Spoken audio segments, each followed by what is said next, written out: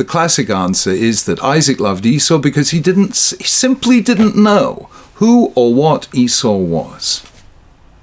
But there is another possible answer, the reverse, that Isaac loved Esau precisely because he did know who and what Esau was.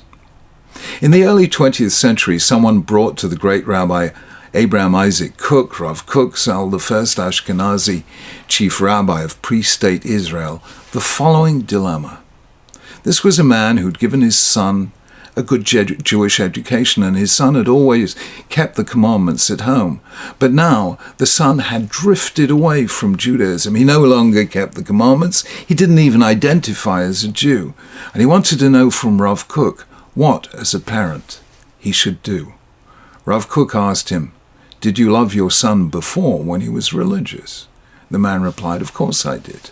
Rav Kook said, "Well then, now love him even more." Sometimes love can do what rebuke cannot. It may be the Torah is telling us that Isaac was anything but blind as to his elder son's true nature. But if you have two children, one well-behaved, the other one liable to turn out badly, to whom should you devote greater attention? With whom should you spend more time?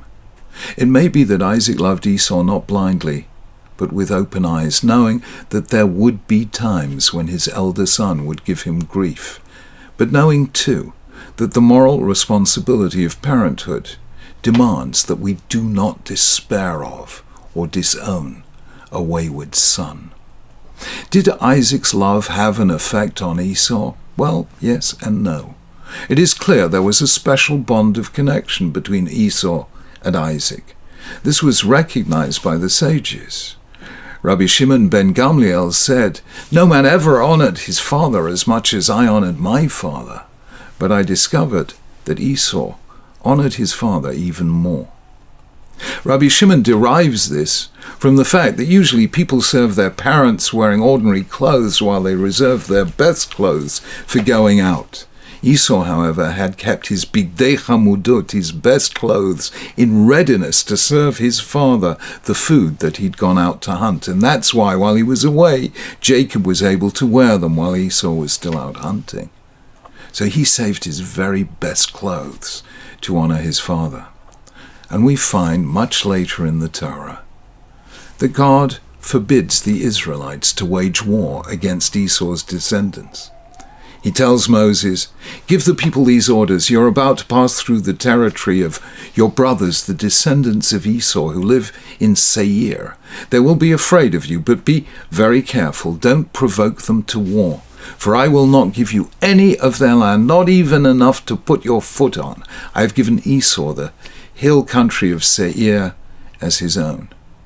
And later still, Moses commands the Israelites, "Lo teta'ev Edomi, do not abhor an Edomite, that is, a descendant of Esau, ki achichahu, because he is your brother." And the sages understood both of these provisions as an enduring reward to Esau for the way he fulfilled that one great command to honor his father. So was Isaac right or wrong to love Esau?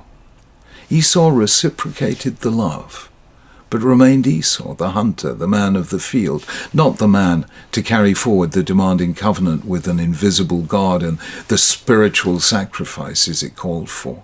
Not all children follow the path of their parents. If it was Isaac's intent that Esau should do so, he failed.